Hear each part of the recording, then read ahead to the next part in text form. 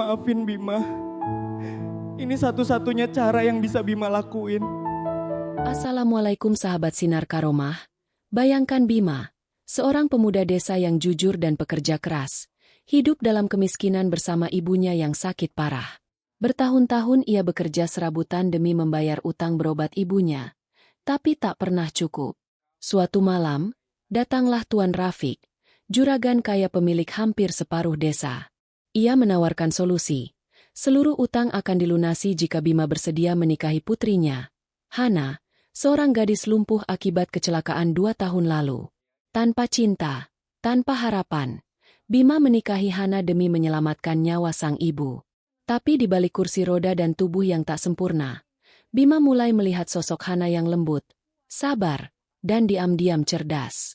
Hari-hari mereka dipenuhi keheningan, lalu perlahan berubah menjadi kebersamaan. Dan saat badai datang, justru di sanalah benih cinta mulai tumbuh, bukan karena kasihan, tapi karena jiwa. Namun Hana menyimpan rahasia besar, peluang sembuh yang bisa membuatnya berjalan kembali. Tapi, jika ia sembuh, apakah Bima masih akan mencintainya? Sebuah kisah pengorbanan, cinta tulus, dan perjalanan dari paksaan menjadi keikhlasan. Sebelum kita mulai ceritanya, jangan lupa dukung kami dengan like dan subscribe Sinar Karomah agar kami semangat untuk memberikan cerita menarik lainnya. Semoga semua yang like dan subscribe channel ini selalu diberi kesehatan, rezeki yang lancar, hati yang tenang, dan dimudahkan segala urusannya. Mari kita mulai ceritanya. Langit sore mulai temaram saat langkah kaki Bima menyusuri jalan tanah di pinggiran desa. Di pundaknya tergantung karung bekas berisi sisa upah kerja serabutan hari itu. Keringat membasahi kaus lusuhnya, tapi pikirannya jauh lebih berat dari tubuhnya sendiri. Ibunya, Bu Lastri, terbaring lemah di atas dipan bambu. Napasnya pendek dan batuk tak henti. Sudah lama Bima mencari jalan keluar dari jerat utang dan biaya pengobatan yang makin menumpuk. Di balik rumah berdinding anyaman bambu itu, hidup hanya ditopang oleh semangat dan doa. Dan malam itu, pintu rumah mereka diketuk oleh takdir. Seorang pria tua, berperawakan tegap dengan sorot mata tajam berdiri di ambang pintu, Tuan Rafiq, juragan tanah terkaya di desa itu. Pria itu tak banyak basa-basi. Aku tahu kau sedang kesulitan, Bima. Dan aku bisa bantu lunasi semua utang serta biaya pengobatan ibumu dengan satu syarat. Ucapnya tajam, tapi tenang. Bima mematung. Kepalanya tertunduk. Nikahi anakku, Hana. Dia tidak seperti gadis lain. Tapi dia butuh suami. Butuh teman. Bima menatap kosong. Lidahnya keluh. Ia tahu, Hana adalah putri tunggal Tuan Rafiq. Cantik dulunya, tapi kini hanya terlihat lewat jendela, di balik kursi roda yang tak pernah bergerak keluar rumah. Sejak kecelakaan 2 tahun lalu, Hana tak pernah muncul ke hadapan publik. Kenapa saya? Bisik Bima pelan. Karena hanya kau yang bisa kupercaya. Dan karena aku tidak punya banyak waktu untuk menunggu. Tawaran itu mengguncang seluruh prinsip Bima. Ia punya cinta di hatinya, seseorang yang pernah ia jaga, tapi kini menghilang. Dan ia tak ingin menikah karena belas kasihan. Tapi detik itu, ia teringat pada suara batuk ibunya, pada luka-luka yang tak mampu ia obati. Malam itu, Bima tak bisa tidur. Ia duduk di tepi ranjang ibunya yang terlelap dengan selimut tipis, menatap langit-langit dan mendengar suara jangkrik bersahutan di luar.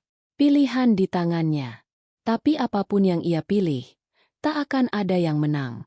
Pagi menjelang, dan di meja makan kecil yang hanya berisi 2 gelas teh tawar, Bima menggenggam tangan ibunya dan berkata, "Bu, maafin Bima. Mungkin jalan ini bukan yang Bima mau, tapi Bima nggak mau kehilangan ibu." Hari itu juga, Bima melangkah ke rumah megah Tuan Rafiq. Jauh berbeda dari gubuk tempatnya tinggal. Langkah kakinya berat, seperti berjalan ke dalam lubang gelap.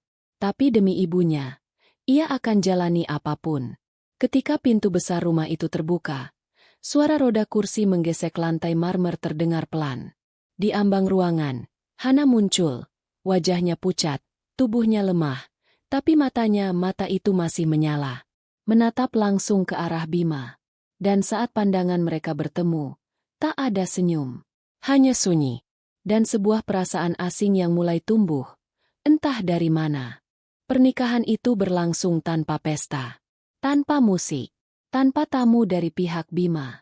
Hanya deretan kerabat Tuan Rafiq yang hadir dalam balutan jas mahal, duduk rapi di bangku mewah. Sementara Bima berdiri kikuk dengan kemeja putih pinjaman dan celana yang sedikit kebesaran. Hana hadir dengan gaun krem sederhana di atas kursi rodanya. Wajahnya datar, tanpa riasan mencolok, tanpa ekspresi bahagia seperti pengantin lainnya. Ijab kabul berlangsung cepat. Suara Bima tegas, tapi dalam hati berkecamuk. Ia memejamkan mata sejenak setelah mengucap sah, seolah sedang menandatangani kontrak hidup yang tak ia pilih. Di sebelahnya, Hana hanya menunduk. Tak ada genggaman tangan. Tak ada pelukan. Bahkan ucapan selamat pun terdengar hambar. Setelah acara, mereka duduk berdua di kamar besar yang terasa lebih seperti ruang tamu hotel. Tempat tidur empuk dan langit-langit tinggi, tapi hawa di dalamnya dingin. Hana memandangi jendela, sementara Bima berdiri di pojok ruangan, menatap karpet mewah yang bahkan terlalu bersih untuk ia injak. Aku nggak minta kamu pura-pura sayang, kata Hana pelan, tanpa menoleh. Kita sama-sama tahu ini cuma perjanjian. Bima menelan ludah. Ia mendekat perlahan, lalu duduk di kursi di seberang Hana. Aku di sini bukan buat pura-pura. Aku cuma nggak tahu harus mulai dari mana. Hana menoleh. Matanya tajam tapi lelah. Mulai dari diam juga nggak apa-apa. Hari-hari setelahnya dilalui dengan sunyi. Setiap pagi, Bima bangun lebih dulu dan menyiapkan teh untuk Hana. Ia tak tahu harus bicara apa. Jadi ia hanya menyibukkan diri di taman belakang. Hana hanya mengamati, tak banyak bicara. Tapi kadang tersenyum kecil melihat cara Bima berusaha menanam bunga padahal tak tahu mana akar mana daun. Malam hari, mereka tidur di tempat terpisah. Hana tetap di ranjang besar dengan posisi khusus yang nyaman. Sementara Bima memilih tidur di sofa panjang, kadang tanpa selimut.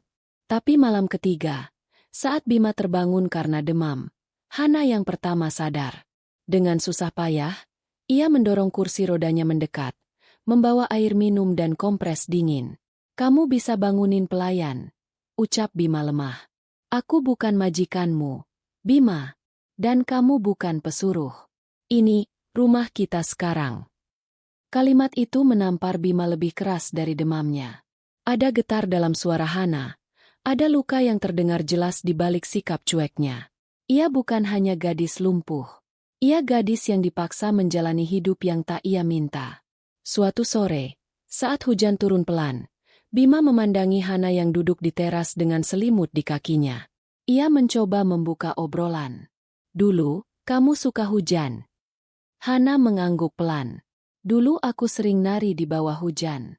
Waktu tubuh ini masih bisa diajak kerja sama. Bima diam. Tapi dalam diamnya, ia merasa sesuatu di hatinya bergerak. Gadis ini bukan beban. Ia adalah seseorang yang dulu punya cahaya, dan sekarang hanya terjebak dalam gelap. Dan entah kenapa, malam itu, untuk pertama kalinya, Bima duduk lebih dekat ke Hana. Mereka diam, tapi sunyinya hangat. Dan tanpa mereka sadari, dari hubungan yang tak dirancang oleh cinta, tumbuh rasa yang tak bisa dijelaskan oleh kata. Hari berganti minggu. Tak ada banyak perubahan dalam rutinitas Bima dan Hana, tapi perlahan, keheningan mereka mulai punya makna. Tak lagi membeku, mulai menghangat. Setiap pagi, Bima menyiapkan sarapan. Ia belajar dari pembantu dapur, meski rasanya masih sering terlalu asin atau gosong. Tapi Hana tak pernah mengeluh. Kadang hanya tersenyum kecil, lalu diam-diam menghabiskan semuanya. Sore hari jadi waktu yang paling damai. Di taman belakang rumah, Hana duduk di kursi rodanya, memandangi bunga mawar putih yang perlahan tumbuh. Bima akan menyiramnya, lalu membersihkan dedaunan satu-satu. Tak banyak bicara, tapi dari mata ke mata, ada bahasa baru yang mulai mereka pelajari. Suatu sore, Hana bertanya lirih, "Kenapa kamu gak pernah tanya kenapa aku bisa lumpuh?" Bima yang sedang menyiram mawar terdiam. Ia lalu meletakkan ember dan duduk di tanah. di dekat kursi Hana. Aku pikir kamu bakal cerita kalau kamu siap, jawab Bima pelan. Hana memejamkan mata sejenak. Lalu, dengan suara datar, ia mulai bercerita. Aku dulunya penari. Aku nari di panggung-panggung kecil sampai akhirnya ikut kontes nasional. Pas lomba final, kami naik bus. Tapi sopirnya ngantuk mobil masuk jurang. Semua temanku meninggal. Aku satu-satunya yang selamat. Tapi tubuhku mati separuh. Bima menunduk. Tak ada kata-kata yang cukup untuk merespons luka sedalam itu. Ia hanya diam, membiarkan Hana mengatur napasnya yang mulai bergetar. Sejak itu, ayahku berubah. Dia jadi protektif. Dia takut aku ditinggal. Makanya dia buru-buru nyari suami untukku. Bukan karena aku nggak bisa sendiri, tapi karena dia takut aku nggak layak dicintai. Bima menatap wajah Hana. Wajah itu terlihat lebih rapuh dari sebelumnya, tapi juga lebih nyata. Tak ada topeng, tak ada benteng. Ayahmu salah, ucap Bima akhirnya. Kamu layak dicintai, bukan karena tubuhmu, tapi karena kamu kuat. Hana mengalihkan pandangan. Ada air di sudut matanya, tapi ia menahannya agar tak jatuh. Esoknya, Hana meminta sesuatu yang tak biasa. Aku pengen ke pasar. Naik mobil. Sekali aja. Bima kaget. Ia tahu, Tuan Rafiq pasti tak akan setuju. Tapi saat melihat wajah Hana yang bersinar penuh harap, ia tak bisa menolak. Dengan penuh persiapan, mereka berangkat diam-diam. Sopir pribadi membawa mereka ke pasar desa. Wajah Hana sumringah saat merasakan angin dari jendela mobil. Saat tiba di pasar, Bima mendorong kursinya melewati penjual sayur dan jajanan. Orang-orang menatap, beberapa berbisik. Tapi Hana tersenyum. Ia memeluk dunia yang sudah lama tak ia sentuh. Mereka mampir di warung kecil. Makan gorengan. Minum es teh manis. Tertawa kecil. Dan di tengah hiruk-pikuk pasar, Bima menyadari satu hal. Ia tidak lagi melihat Hana sebagai tanggung jawab, tapi sebagai manusia. Yang hidup, yang punya mimpi, yang membuat hatinya mulai berdetak berbeda.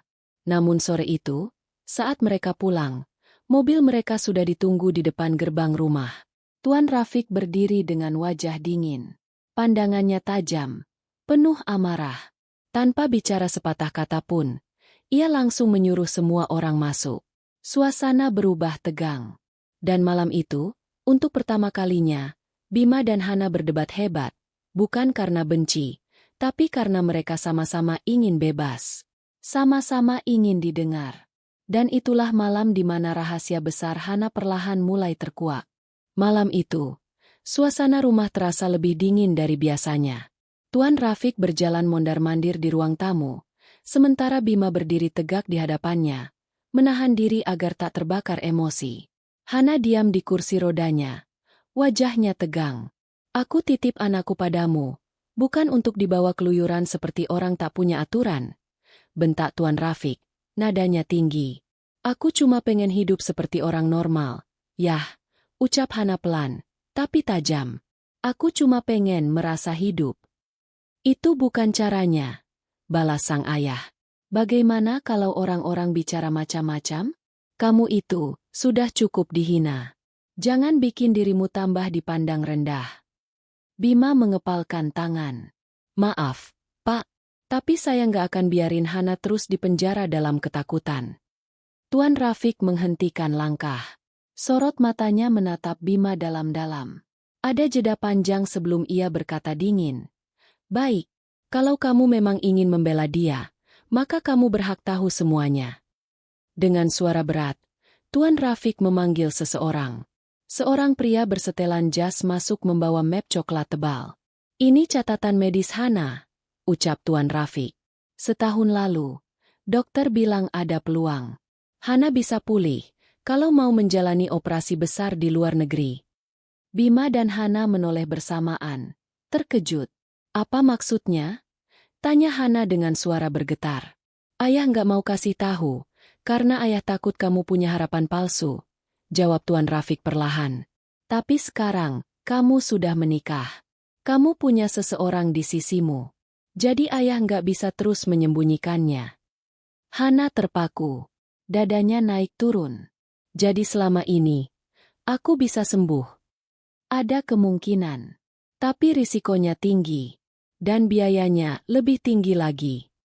Bima mendekat ke Hana. Ia berlutut di depannya. Kamu pengen jalan lagi? Hana menatap mata Bima. Matanya basah. Aku pengen. Tapi aku takut. Aku takut kalau aku bisa berdiri lagi. Semua berubah. Kamu berubah. Bima menggenggam tangannya erat. Aku di sini bukan karena kamu lumpuh. Aku di sini karena aku lihat kamu, dan aku ngerasa hidup lagi. Beberapa hari berikutnya, semuanya bergerak cepat. Persiapan untuk konsultasi medis ke luar negeri dilakukan. Bima yang kini mulai diterima sebagai bagian dari keluarga besar, ikut mendampingi semua prosesnya. Tapi diam-diam, hatinya diselimuti ketakutan baru. Ia mulai bertanya pada dirinya sendiri, apakah cintanya benar-benar kuat? Apakah setelah Hana bisa berjalan, semuanya tetap seperti ini? Sementara itu, Hana pun bergulat dengan ketakutannya sendiri. Ia menulis surat di tengah malam, menyelipkannya di antara buku hariannya. Surat itu bukan ditujukan untuk Bima, tapi untuk dirinya sendiri. Aku takut kehilangan rasa ini. Rasa ketika kamu menatapku bukan karena kasihan, tapi karena benar-benar melihatku. Hari menjelang operasi. Rumah itu sunyi. Hana duduk di kursi rodanya, menatap cermin besar di kamarnya. Ia membelai rambutnya perlahan, mencoba mengingat siapa dirinya dulu. Seorang penari, seorang anak, seorang perempuan yang sekarang ingin belajar jadi istri. Pagi itu, sebelum berangkat ke bandara, Bima berdiri di depan kamar Hana. Ia mengetuk pelan. Saat Hana membuka pintu, ia berdiri dengan jaket tebal dan membawa skarf berwarna biru muda. Ini buat kamu, katanya di sana dingin. Hana tersenyum. Senyum yang kali ini tulus. Ia mengambil skarf itu, memakainya dengan pelan. Terima kasih, suamiku.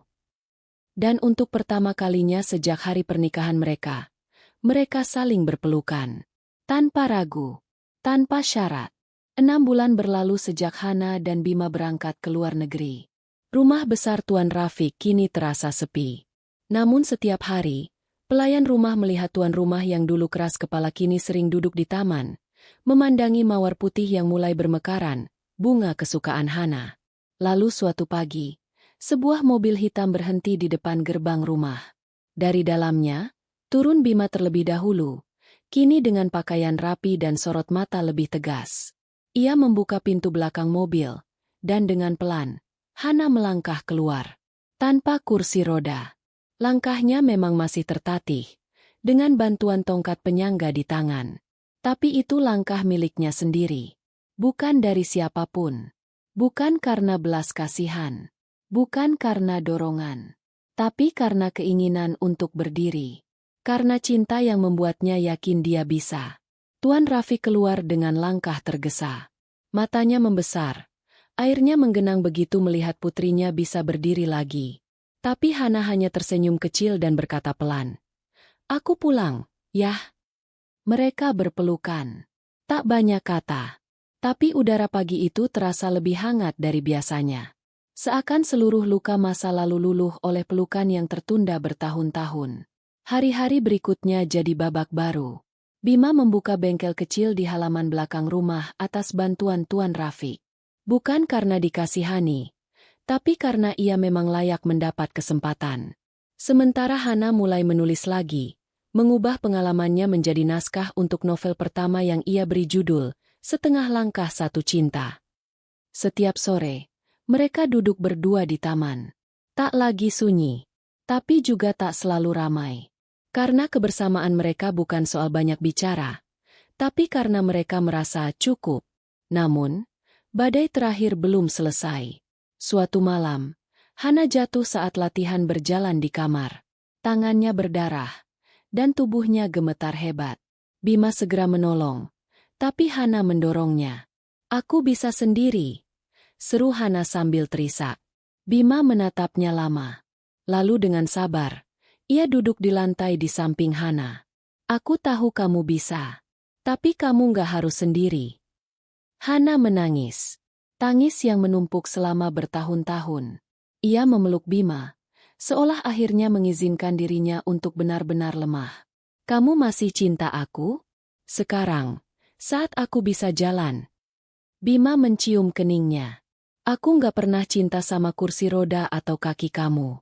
Aku cinta kamu, bahkan sebelum kamu yakin bisa sembuh. Dan di malam itulah, cinta mereka berdiri sendiri.